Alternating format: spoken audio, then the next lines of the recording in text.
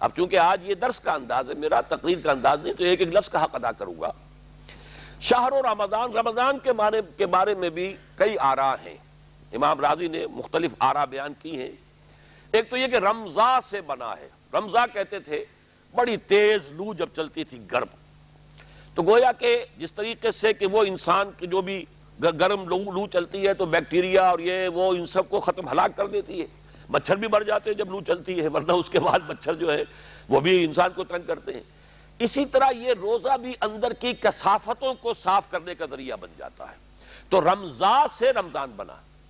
ایک رائے یہ ہے کہ یہ اللہ کے ناموں میں سے ہے، شہر رمضان الذی، اس لیے یہ اس کو کہا جائے گا، اسی لیے کہتے ہیں علماء رمضان رمضان کبھی نہ کہا کرو، شہر رمضان، رمضان کا مہینہ، ہمیشہ یہ ایک مرکب کی حیثیت سے لفظ آنا چاہیے، محض رمضان نہیں، اس لیے کہ ایک احتمال یہ کہ یہ اللہ کے ناموں میں سے ایک ہے۔ اور اسی کے حوالے سے میں آپ کو وہ حدیث سنا دینا چاہتا ہوں کہ حضور نے فرمایا شعبان و شہری و رمضان و شہر اللہ، یہ شعبان جو ہے یہ میرا مہینہ ہے۔ حضور سب سے زیادہ نفلی روزے رکھتے تھے جو 11 مہینے ہیں، رمضان کے تو فرض ہو ہی گئے بعد میں، لیکن یہ کہ باقی 11 مہینوں میں سب سے زیادہ تعداد میں نفلی روزے آپ شعبان میں رکھتے تھے۔ یہ بالکل ایسے سمجھیں جیسے 4 رکعتیں جو ہے فرض ہے ظہر کی، اور 4 ہی رکعتیں اس سے پہلے جو ہے وہ جو ہے سنت موقدہ ہیں، اس حوالے سے گویا کہ اس کے ساتھ مشابہت قائم ہوتی ہے۔ اور پھر اس کے بعد 6 جو روزے ہیں شوال کے، جن کے ذریعے سے پھر آتا ہے کہ جس نے یہ بھی رکھ لیے تو گویا کہ اس نے پورے سال کے روزے رکھ لیے، رمضان کے بھی روزے رکھے اور 6 اور شوال کے رکھ لیے، تو گویا کہ پورے سال کے ہو گئے۔ کیوں؟ وہ 36 ہو گئے، اور 36 کو 10 سے ضرب دیجئے، کیونکہ ہر نیکی کا اللہ تعالیٰ کے اجر 10 گنا تو کم سے کم ہے، تو 360 بن گئے۔ اور وہ گویا کہ جیسے ظہر کی نماز میں 2 رکعتیں بعد میں ہم پڑھتے، گویا کہ اس کے وہ مماثل ہو گئے۔ تو شعبان و شہری و رمضان و شہر اللہ، یہ اللہ کا مہینہ ہے۔ الذی انزل فیہ القرآن، یہ وہ مہینہ ہے جس میں نازل کیا گیا قرآن۔ اب یہاں ایک اشکال پیدا ہوتا ہے کہ قرآن تو ہمیں معلوم ہے حضور پر 23 برس میں یا 22 برس میں نازل ہوا،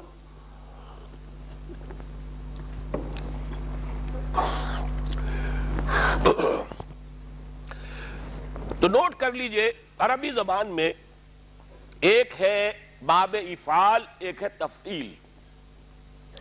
باب افعال میں جو مصدر آئے گا وہ کوئی کام دفعتن کر دینا، تفعیل میں وہی لفظ آئے گا تو کسی کام کو تھوڑا تھوڑا تھوڑا تھوڑا کر کے تدریجن کرنا، تدریج بھی تفعیل ہے۔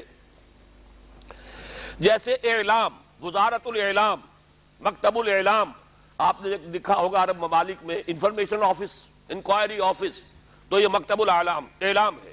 بس یہاں آپ جائیے، کچھ پوچھنا ہے آپ کو بتا دیا جائے گا، اللہ اللہ خیر صلی اللہ۔ اب وہ جو بتانے والا اسے اس سے غرض نہیں آپ کی سمجھ میں آیا کہ نہیں آیا، اس نے تو اپنا فرض ادا کر دیا، وما علینا الا البلاغ، بس ہم نے پہنچانا تھا پہنچا دیا۔ ایک ہے تعلیم، سکھانا درجہ بدرجہ، پہلے الف سمجھ میں آ گیا تو بے سمجھاؤ، بے سمجھ میں آئے گا تو تے سمجھاؤ گے، درجہ بدرجہ تھوڑا تھوڑا کر کے کسی شے کو، کسی علم کو کسی کے ذہن میں اتارنا، یہ ہے تعلیم۔ جو فرق اعلام اور تعلیم کا ہے وہی انزال اور تنزیل کا ہے۔ انزال کہتے ہیں کسی شے کو دفعتاً اتار دینا، اور تنزیل ہے تھوڑا تھوڑا کر کے درجہ بدرجہ تدریجن اس کو نازل کرنا۔ تو قرآن کے نزول کے یہ 2 مراحل ہیں۔ یہ پورا قرآن لیلۃ القدر یا لیلۃ المبارکہ، یہ 2 الفاظ قرآن میں آئے ہیں، انا انزلناہ فی لیلۃ القدر، انا انزلناہ فی لیلۃ مبارکۃ۔ وہ جو لیلۃ القدر تھی وہ رمضان مبارک کے آخری عشرے کی کوئی رات ہے، جسے کہ چھپایا گیا ہے تاکہ لوگ محنت کریں، تلاش کریں۔ لیکن اس رات کو پورا قرآن لوح محفوظ میں، اب یہ بھی 3 الفاظ قرآن میں آئے ہیں، کتاب مکنون، ام الکتاب اور لوح محفوظ، یہ 3 الفاظ آئے۔ اصل قرآن وہاں لوح محفوظ میں ہے، وہ قرآن اتار دیا گیا سمائے دنیا تک، پہلا جو آسمان ہے ہمارا یہاں تک اتار دیا گیا، یہ دفعتاً واحدتاً ہوا ہے، ایک دم ہوا ہے۔ لہذا رمضان کے لیے آیا شہر رمضان الذی انزل فیہ القرآن، یہ باب افعال سے ہے۔ انا انزلناہ فی لیلۃ القدر، باب افعال ہے، ہم نے اتارا اس کو لیلۃ القدر میں۔ انا انزلناہ فی لیلۃ مبارکۃ، ہم نے اتارا اسے ایک مبارک رات میں۔ تو یہاں آپ نے دیکھا تینوں جگہ پر یہ آیا ہے انزال کا صیغہ باب افعال سے. جب حضور پر آیا فَإِنَّهُ نَزَّلَهُ عَلَىٰ قَلْبِكَ، یہ تنزیل ہوئی ہے. نحن نزلنا علیک القرآن تنزیلا، اے محمد آپ پر ہم نے قرآن اتارا ہے تھوڑا تھوڑا کر کے، نجمن نجمن، آیتیں پھر آیتیں پھر آیتیں آ گئیں، پورا قرآن نہیں اتارا ہے. تو یہ تنزیل جو ہے حضور پر ہوئی ہے ہمارے حساب سے 22 برس میں، 610 عیسوی میں شروع ہوا اور 632 عیسوی میں حضور کا انتقال ہو گیا. 22 برس میں تھوڑا تھوڑا کل کے قرآن مجید محمد الرسول اللہ پر نازل ہوا، وہ ہے تنزیل، تنزیل من رب العالمین. لیکن جو حضور پر تو اترا ہے وہاں سے سمائے دنیا سے جبرائیل لاتے رہے، لیکن یہ کہ یہ پورا سمائے دنیا پر دفعتن واحدتن جملتن واحدتن پورا قرآن جو ہے لوح محفوظ سے یا کتاب مکنون سے یا ام الکتاب سے لا کر اتار دیا گیا، یہ ہے انزال.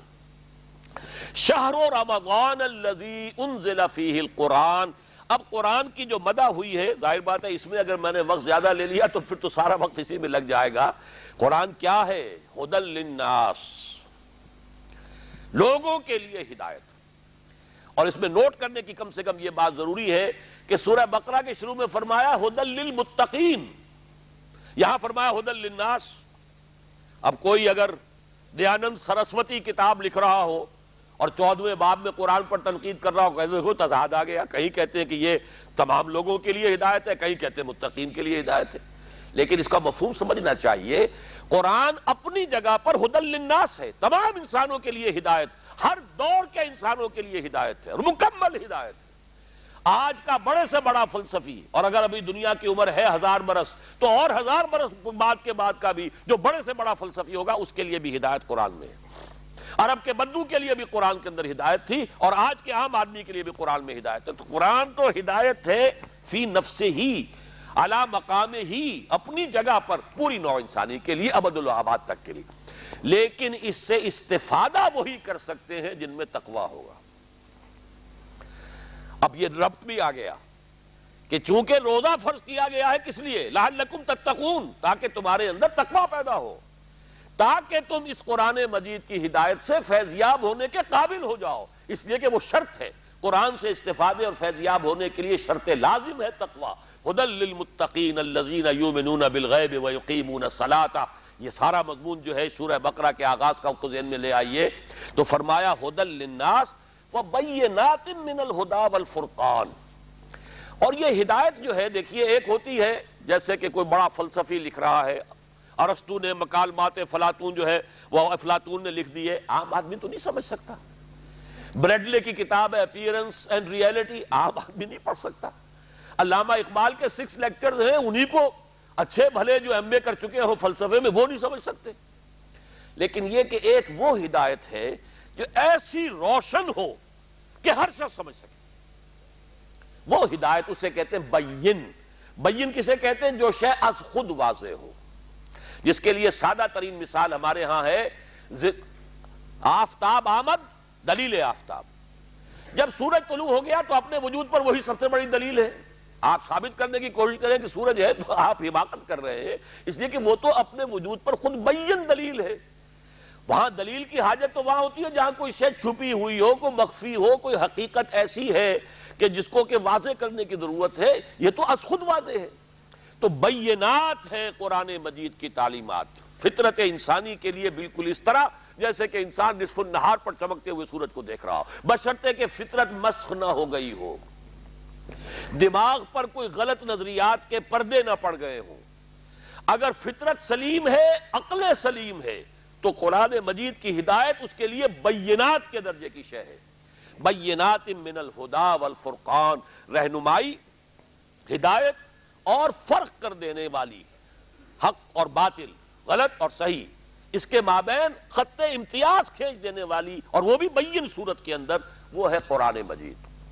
اب اس قرآن مجید کی مدح میں جو کچھ حضور نے فرمایا، خود اللہ تعالیٰ نے جو کچھ فرمایا، لو انزلنا هذا القرآن على جبل لرأيته خاشعا متصدعا من خشیۃ اللہ. میری بڑی مفصل تقاریر اس پر موجود ہیں. ایک آیت میں فرمایا، وہ سورہ حشر کی آیت ہے جو ابھی میں نے آپ کو سنائی، اگر ہم نے اس قرآن کو کہیں پہاڑ پر اتار دیا ہوتا تم دیکھتے کہ وہ پھٹ جاتا، ریزہ ریزہ ہو جاتا۔ اس کی معنوی تاثیر وہ ہے۔ سورہ یونس کی 2 آیتوں میں فرمایا یا ایھا الناس قد جاءتکم موعظۃ من ربکم وشفاء لما فی الصدور وہدی ورحمۃ للمؤمنین۔ اب یہ ساری باتیں قرآن کہہ رہا ہے نا خود۔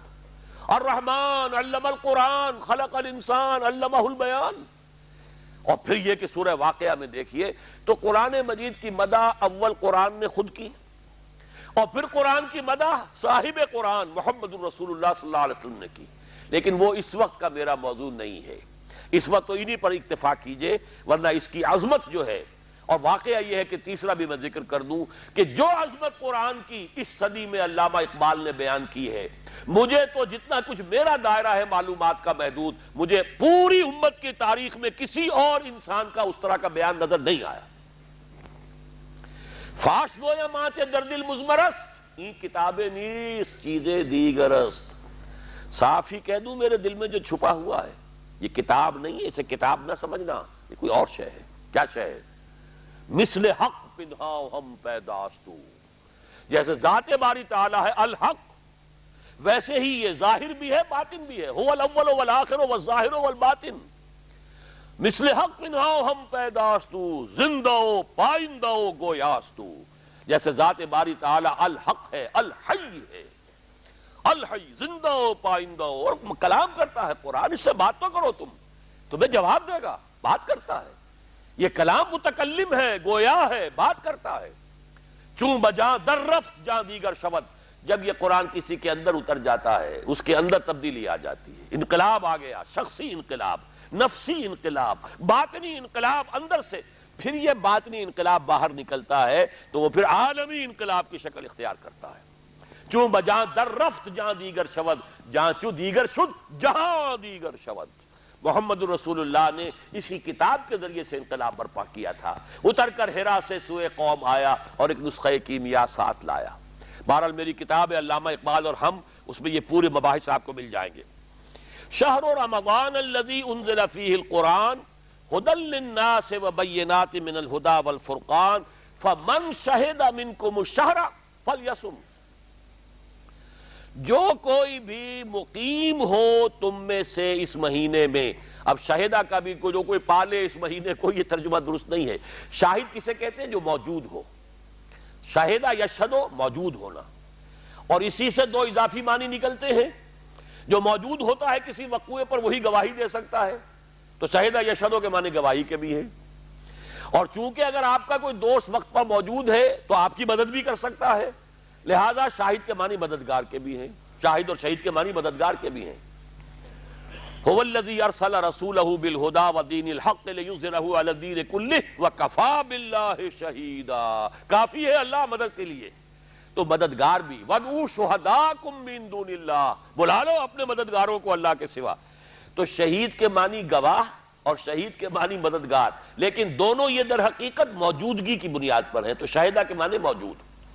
جو کوئی سفر پر نہیں ہے، فرمایا فمن شہد منکم الشہر فلیصم۔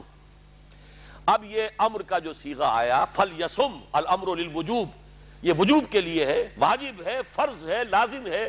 اور اب یہاں آ کر 2 رعایتوں میں سے ایک رعایت کو تو دہرا دیا کہ وہ برقرار ہے، اس لیے تکرار ہے یہ۔ فمن کان مریضا او علی سفر فعدۃ من ایام اخر، جو کوئی بھی تم میں سے بیمار ہو یا سفر پر ہو تو وہ تعداد پوری کر لے دوسرے دنوں میں، ورنہ پورے مہینے کا روزہ تو رکھنا ہے۔ اب یہ 3 دن نہیں رہے۔ شہر رمضان فمن شہد منکم الشہر، جو کوئی بھی مقیم ہو تم میں سے اس مہینے میں، فلیصم، اس کے لیے لازم ہے، فرض ہے کہ اس کے روزے رکھے۔ ومن کان مریضا او علی سفر فعدۃ من ایام اخر، اور جو کوئی بیمار ہے یا سفر پر ہے تو وہ تعداد پوری کرے دوسرے دنوں میں۔ یہ ہے وہ تکرار جس کے بنا پر بس اللہ تعالیٰ نے ایک مناسبت جو ہے ذہنی قلبی عطا کر دی تھی ابتدا ہی سے، نوجوانی ہی سے، کہ میں یہ اس کی بنیاد پہ کہتا تھا یہ دونوں آیتیں ایک وقت میں نازل نہیں ہو سکتی، اس لیے کہ اس صورت میں پھر یہ کلام کا عیب بن جائے گا، یہ دہرا کر لانا۔ بلکہ اسی کی ایک مثال میں آپ کو اور بتا دوں، یہ جو سورہ مزمل کا دوسرا رکوع ہے وہ پورا ایک آیت ہے، پورا رکوع جو ہے اس میں بھی تکرار ہے۔ علم اللہ انکم علم ان لن تحصوہ فتاب علیکم، جو تم پر پوری رات یا آدھی رات یا 2/3 رات کا کھڑا رہنا لازم کیا گیا تھا، علم ان لن تحصوہ فتاب علیکم فاقرؤوا ما تیسر من القرآن. پھر آگے علم ان سیکون منکم مرضی وآخرون یضربون فی الارض یبتغون من فضل اللہ وآخرون یہ تکرار کیوں ہو رہی ہے؟ میرا ذہن یہ تھا کہ یہ ایک وقت میں اتنی بھی آیت نہیں ہو سکتی، لیکن سب جگہ لکھا آیت ایک ہی ہے. الاتقان فی علوم القرآن، جلال الدین سیوطی کی میں دیکھ رہا تھا، مجھے وہ روایت مل گئی کہ عبداللہ ابن عباس رضی اللہ تعالی عنہما، جنہیں حبر الامہ کہا گیا ہے، جن کے لیے حضور نے دعا کی تھی اللہم فقہہ فی الدین وعلمہ التاویل، اے اللہ اس نوجوان کو اپنے دین کا اصل فہم عطا کر دے اور تاویل قرآن کا علم عطا کر دے. ان کا یہ قول مجھے مل گیا الاتقان فی علوم القرآن میں.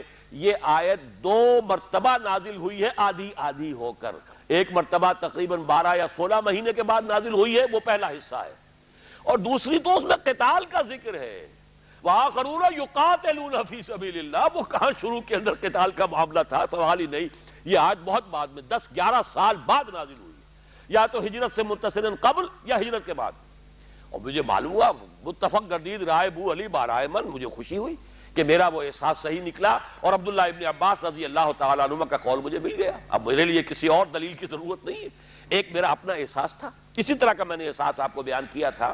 تو یہاں وہ جو ایک کی تکرار کی گئی کہ اسے اب برقرار رکھا، دوسری کا آپ خاتمہ کر دیا. اب جو ہے آپ کو اس کی اجازت نہیں ہے عام حالات میں. ہاں جیسے کہ میں نے کہا شیخ فانی ہے، اتنا بوڑھا ہے کہ ہلاک ہو جانے کا اندیشہ ہے روزہ رکھنے سے، یا ایسا بیمار ہے کہ جس کی شفا یابی کی توقع ہی نہیں ہے، لہذا اس کے لیے حضور نے برقرار رکھا. قرآن مجید نے جو ہے یہاں پر اس کو سرے سے منسوخ کر دیا، اس لیے کہ اب اس کو نہیں دہرایا. وَعَلَى الَّذِينَ يُطِيقُونَهُ فِدْيَةٌ طَعَامُ مِسْكِينٍ، وہ یہاں ساقط ہو گیا. فرمایا وَمَنْ كَانَ مَرِيضًا أَوْ عَلَى سَفَرٍ فَعِدَّةٌ مِّنْ أَيَّامٍ أُخَرَ يُرِيدُ اللَّهُ بِكُمُ الْيُسْرَ وَلَا يُرِيدُ بِكُمُ الْعُسْرَ. یہ رعایت بھی اس لیے باقی رکھی گئی ہے کہ اللہ تمہارے لیے آسانی چاہتا ہے، سختی نہیں چاہتا. اور یہ آپ کو نوٹ کیجئے گا، ہمارے ہاں بہت سے لوگ اس ٹکڑے کا بالکل حق ادا نہیں کرتے. بخار ہے 103 ہے، نہیں جی روزہ تو میں نہیں چھوڑوں، روزہ تو رکھوں گا. بھائی تم یہ اللہ کی منشا کے خلاف کر رہے ہو. اللہ کے بندے، ہمیں معلوم ہے اگر سفر میں نماز کی جو ہے وہ قصر کرنے کی اجازت ہے، تو فقہ حنفی کا مسئلہ تو یہ ہے کہ اگر قصر نہیں کرتا تو نماز ہی نہیں ہوئی نہیں نماز. اللہ نے تمہیں ایک رعایت دی ہے، تم گویا کہ اپنے آپ کو اس رعایت سے بالاتر سمجھ رہے ہو. یہ تکبر ہے. اللہ نے رعایت دی ہے تو اس سے فائدہ اٹھاؤ. لیکن بدقسمتی سے روزے کے معاملے میں یہ کوئی نہیں کہتا، حالانکہ روزے کے معاملے میں تو صاف الفاظ آ رہے ہیں یرید اللہ بکم اليسر ولا یرید بکم العسر. بھائی بخار ہے، بیمار ہو، تم بعد میں کر لینا پورا. سفر پر، ایک مرتبہ سفر پر تھے حضور کسی جہاد میں، اور وہاں پر جن لوگوں نے روزہ رکھا ہوا تھا ان میں سے بعض کو جو ہے وہ بے ہوشی طاری ہو گئی، غشی کھا کے گر پڑے. تو حضور کو جب پتہ لگا کہ اس وجہ سے ہے تو آپ نے فرمایا لیس من البر الصیام فی السفر. روزے میں، یہ سفر میں روزہ رکھنا کوئی نیکی کا کام نہیں ہے. یہ شاید اپنے آپ کو بڑا متقی سمجھ رہے ہیں کہ میں نے تو سفر میں بھی روزہ نہیں چھوڑا ہے. تو یہ جو ہے ایک بڑی شخصیت کی اصطلاح ہے. مولانا مودودی یہ لفظ استعمال کیا کرتے تھے کہ یہ تقویٰ کا حیضہ ہے. تقویٰ نہیں ہے، یہ تقویٰ کا حیضہ ہے. یہ اللہ نے جو رعایت دے رکھی ہے بھائی اس سے فائدہ اٹھاؤ. خاص طور پر کہہ رہا یرید اللہ بکم اليسر ولا یرید بکم العسر. اللہ تعالیٰ یہ نہیں چاہتا کہ تم پر جو ہے وہ سختی کرے، اللہ تم پر نرمی چاہتا ہے. جو حکمت ہے وہ ہے پوری تمہیں کرنی ہوگی. وَلَتُكْمِلُوا الْعِدَّةَ، اور یہ کہ تمہیں تعداد اب پوری کرنی ہوگی. اب یہ نہیں ہے کہ فدیۃ طعام مسکین کے ذریعے سے تم چھٹکارا پا جاؤ، نہیں. وہ 29 روزے ہوئے تھے تو 29 پورے کرنے ہوں گے، 30 ہوئے تھے تو 30 پورے کرنے ہوں گے. عدۃ من ایام اخر وَلَتُكْمِلُوا الْعِدَّةَ، اور تاکہ تم تعداد پوری کرو. وَلِتُكَبِّرُوا اللَّهَ عَلَى مَا هَدَاكُمْ وَلَعَلَّكُمْ تَشْكُرُونَ، اور تاکہ تم تکبیر کرو اللہ کی اس ہدایت پر کہ جو اس نے تمہیں عطا کی ہے، اور تاکہ تم شکر کر سکو. اب یہ دو الفاظ جو آئے ہیں یہ حکمت صوم کو ہم نے ایک مرحلے پر سمجھا مجرد صوم. ابھی رمضان مبارک سے اس کا تعلق نہیں ہے، وہ ایک ایکسرسائز ہے سیلف کنٹرول کی. لیکن چونکہ اس کے نظام دیا ہے اللہ نے، لہذا گویا کہ اللہ کی اطاعت، اللہ کے تقوی کی ایکسرسائز ہے، لعلکم تتقون۔ اب یہاں صوم رمضان کا ذکر آ رہا ہے، اور اس کے ذکر میں دو حکمتیں بیان کی گئیں۔ پہلی حکمت وَلِتُكَبِّرُوا اللَّهَ عَلَى مَا هَدَاكُمْ۔ اب دیکھیے اس کا تعلق جڑے گا گھوڑے کے صوم کے ساتھ۔ تمہیں تکبیر کرنی ہے اپنے پروردگار کی، اور تکبیر کے معنی کیا ہے؟ اللہ اکبر کہہ دیا بس تکبیر ہو گئی؟ یہی تو مغالطے ہیں آپ کے۔ تکبیر کے معنی ہے اللہ کو بڑا بناؤ، اللہ کو بڑا کرو، تکبیر۔ اور یہ ان تین احکام میں سے ہے، بلکہ دو میں سے، جو بالکل ابتدا میں حضور کو دیے گئے۔ یا ایھا المدثر قم فانذر وربک فکبر۔ اے لحاف میں اور کمبل میں لپٹ کر لیٹنے والے، کھڑے ہو جاؤ، کمر بستہ ہو جاؤ، کمر کس لو، اپنی جد و جہد کا آغاز کرو۔ اس کا نقطہ آغاز کیا ہے؟ انذر، خبردار کرو لوگوں کو۔ دیکھو زندگی صرف یہ زندگی نہیں ہے، اصل زندگی آخرت کی زندگی ہے۔ تمہیں اس زندگی کے تمام اعمال و افعال اور ایک ایک پیسے کا حساب کہ حلال سے کمایا تھا یا حرام سے، اور کہیں ادائے حقوق میں خرچ کیا تھا یا للو تللو میں اور عیاشیوں میں، اس کا حساب دینا ہوگا اللہ کے ہاں۔ یہ انذار ہے۔ انذار سے بات شروع ہوتی ہے دعوت نبوت کی۔ نبی جو بھی ہے، انذار انذار۔ حضور سے کہا انذر عشیرتک الاقربین، اپنے قریبی رشتہ داروں کو خبردار کیجئے۔ قل اوحی الی ھذا القرآن لانذرکم بہ ومن بلغ، کہہ دیجئے مجھ پر یہ قرآن وحی کیا گیا تاکہ میں خبردار کر دوں تمہیں اس کے ذریعے سے، اور جس تک بھی یہ قرآن پہنچ جائے اس تک یہ انذار بھی پہنچ جائے۔ تو انذار ہے نقطہ آغاز، اور ہدف کیا ہے، آدرش کیا ہے، نصب العین کیا ہے، آخری منزل کیا؟ تکبیر رب۔ وہ نظام قائم کر دو جس میں اللہ کی بڑائی مانی جا رہی ہو، اللہ کو مانا جائے بڑا، اللہ کی بڑائی نافذ ہو، اللہ کا قانون نافذ ہو۔ اسی کے لیے پھر اصطلاحات آئی ہیں، اسی کے لیے آگے چل کر مکی دور میں دوسری اصطلاح آ گئی، ان اقیم الدین، دین کو قائم کرو۔ اسی کے لیے 3 مرتبہ وہ اصطلاح آ گئی، ہم نے اپنے رسول کو بھیجا اس لیے ہے دین حق دے کر، لِیُظْہِرَہُ عَلَى الدِّینِ کُلِّہ، تاکہ پورے کے پورے نظام زندگی پر اسے غالب کرے۔ اسی کے لیے اسی سورہ بقرہ کے اگلے رکوع میں آیت آ جائے گی، کیونکہ اس جد و جہد کی پھر آخری منزل ہے قتال فی سبیل اللہ، اور اس قتال فی سبیل اللہ میں جا کر تمہیں بھوک بھی جھیلنی ہوگی، پیاس بھی جھیلنی ہوگی، سختیاں جھیلنی ہوگی، رات کا آرام بھی نہیں ملے گا، ہو سکتا ہے کہ رات بھی دغدغے میں ہی بسر ہو رہی ہو، اور صبح جنگ کے لیے میدان میں کھڑا بھی ہونا پڑے۔ یہ ساری سختیاں جھیلنی ہوں گی، جیسے اپنے گھوڑوں کو روزہ رکھوایا کرتے تھے۔ اب اس صوم رمضان کے ذریعے سے وہ قوت حاصل کرو تاکہ تم تکبیر رب کے لیے، اللہ تعالیٰ کے لیے، اللہ کے دین کو غالب کرنے کے لیے ہتھیلی پر جان رکھ کر میدان میں آؤ۔ یہ ہے وَلِتُكَبِّرُوا اللَّهَ عَلَى مَا هَدَاكُمْ۔ چنانچہ اگلے رکوع میں آیت آ گئی وَقَاتِلُوهُمْ حَتَّى لَا تَكُونَ فِتْنَةٌ وَيَكُونَ الدِّينُ لِلَّهِ، قتال کرو، ان سے جنگ کرو یہاں تک کہ فتنہ اور فساد بالکل فرو ہو جائے۔ یہ جو بغاوت ہے اللہ کے خلاف، اللہ کا حکم نہیں، ہمارا حکم چلے گا، ہماری مرضی چلے گی، حاکمیت اللہ کی نہیں عوام کی ہے، عوام کے نمائندے جو قانون بنا دیں گے وہی قانون ہے، یہ تو بغاوت ہے، یونیورسل بغاوت ہے۔ آج پوری نوع انسانی اللہ کے سامنے باغی کی حیثیت سے کھڑی ہے، اور اس میں کوئی فرق نہیں ہے مسلم اور غیر مسلم کا، کوئی خطہ ایسا نہیں ہے جہاں پہ کہ بتمام و کمال اللہ کا دین نافذ ہو۔ بغاوت، ظہر الفساد فی البر والبحر، بر و بحر میں فساد ہے۔ یہ جو حاکمیت عوام کا فلسفہ ہے، یہ اس دور کا سب سے بڑا شرک ہے۔ ان الحکم الا للہ، توحید تو یہ ہے، حاکمیت اور حکومت کا اختیار اللہ کے سوا کسی کو نہیں۔ اس کے لیے میدان میں آنا پڑے گا۔ قاتلوہم حتی لا تکون فتنۃ ویکون الدین للہ، تم ان سے جنگ کرو اور جاری رکھو یہ جنگ، صلح نہیں ہوگی۔ براءۃ من اللہ ورسولہ الی الذین عاہدتم من المشرکین، اللہ اور اس کے رسول کی طرف سے اعلان برات ہے، کسی مشرک سے کوئی معاہدہ نہیں ہوگا، جنگ ہوگی اور اللہ کے دین کو غالب کیا جائے گا۔ یہ گویا کہ وہ جو حکمت تھی جو صوم کی آئی تھی پہلے اس کو بیان کر دیا۔ وَلِتُكَبِّرُوا اللَّهَ عَلَى مَا هَدَاكُمْ، تاکہ تمہارے اندر وہ قوت پیدا ہو جائے، وہ ضبط نفس پیدا ہو جائے، وہ تقویٰ پیدا ہو جائے، سختیاں جھیلنے کی صلاحیت پیدا ہو جائے، کہ تاکہ تکبیر رب کا حق ادا کر سکو، اس کے تقاضے ادا کر سکو، اس کے لیے میدان جنگ میں آ سکو، جیسے کبھی اپنے گھوڑوں کو روزہ رکھوایا کرتے تھے، اب تم پر یہ روزہ رکھنا فرض کیا گیا۔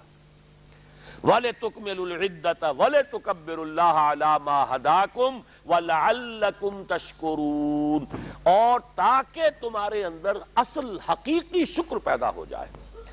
اب اس حکمت کو جو کہ صوم رمضان کی گویا کہ غایت اب یہ قرار دی جا رہی ہے، پہلی غایت جو ہے وہ تو مجرد صوم سے بھی حاصل ہو رہی تھی۔ صوم رمضان، اب اس میں آپ کو جو احادیث دی گئی ہے وہ ذرا کاغذ نکال لیجئے۔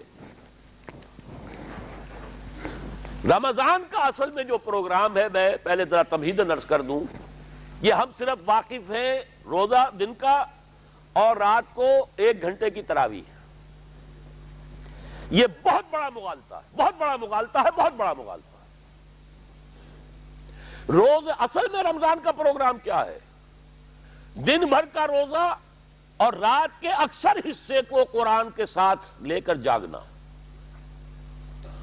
لیکن حکمت خداوندی نے پہلے حصے کو تو فرض کیا ہے، دوسرے کو فرض نہیں کیا، اس کو ترغیب اور تشویق پر چھوڑ دیا ہے۔ لیکن اس کی جو اہمیت ہے میں چاہتا ہوں کہ پہلے اچھی طرح اس کو سمجھ لیں آپ۔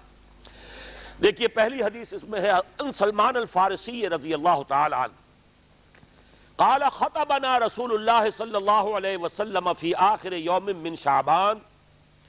حضرت سلمان فارسی سے مروی ہے، انہوں نے فرمایا کہ خطبہ ارشاد فرمایا ہمیں اللہ کے رسول نے صلی اللہ علیہ وسلم شعبان کے آخری دن۔ فقال، آپ نے ارشاد فرمایا، یہ خطبہ طویل ہے، میں نے صرف شروع کے چند جملے یہاں نقل کیے ہیں۔ یا ایھا الناس قد اظلکم شہر عظیم، اے لوگو تم پر ایک بہت عظمتوں والا مہینہ سایہ فگن ہو گیا ہے۔ دیکھیے سایہ فگن سے وہ انگریزی کا محاورہ آپ کے ذہن میں آنا چاہیے، coming events cast their shadows before.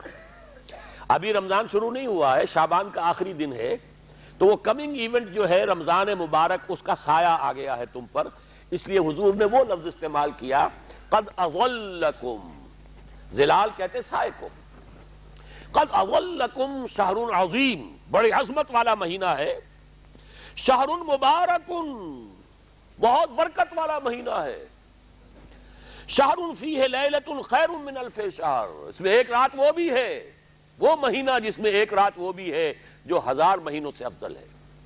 انا انزلناہ فی لیلۃ القدر وما ادراک ما لیلۃ القدر لیلۃ القدر خیر من الف شہر۔